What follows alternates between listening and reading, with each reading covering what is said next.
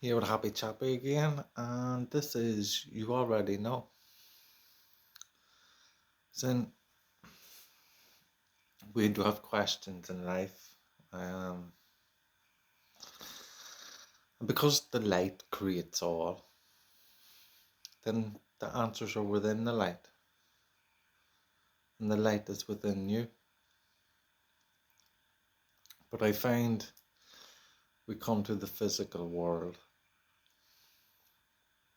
and we create an illusion for ourselves uh, through that darkness, and in that darkness, we have to find our way back to the light by finding the answers outside of ourselves on a physical level. Yet, when we find them answers, we realize that we already knew that. And that comes with all things that we find that we be learning through our lives. Um, or so I find, and I believe so, that when I be learning things, and maybe you'll find this within yourself, that at the beginning I might feel that, oh, I don't know what this is about, or I wouldn't have an understanding of this to know it, or to know anything about it. But the more you dive into learn about whatever you're learning, you start to realize that you know this, you've learned this, um, and that all you're learning is another way of it being taught.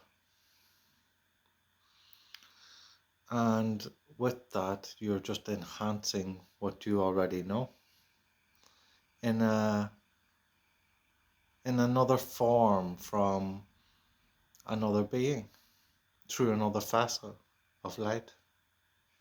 Yet it holds that essence that you hold within that light. It just expresses it different through the light of the other facet. So the unknowing is already a knowing.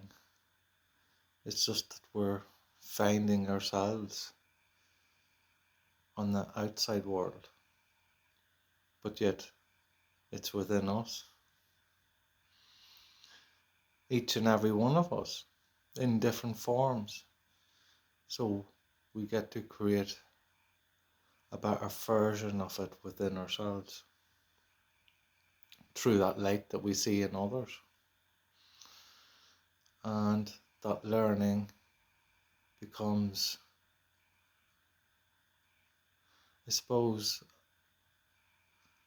a learning for us to find our way back to that light. And the more information that we gather, the more learnings that we gather up and conjure up together, the more awareness that brings about in who we are as a individual, in that light, in the essence of that light, and how it creates the darkness within one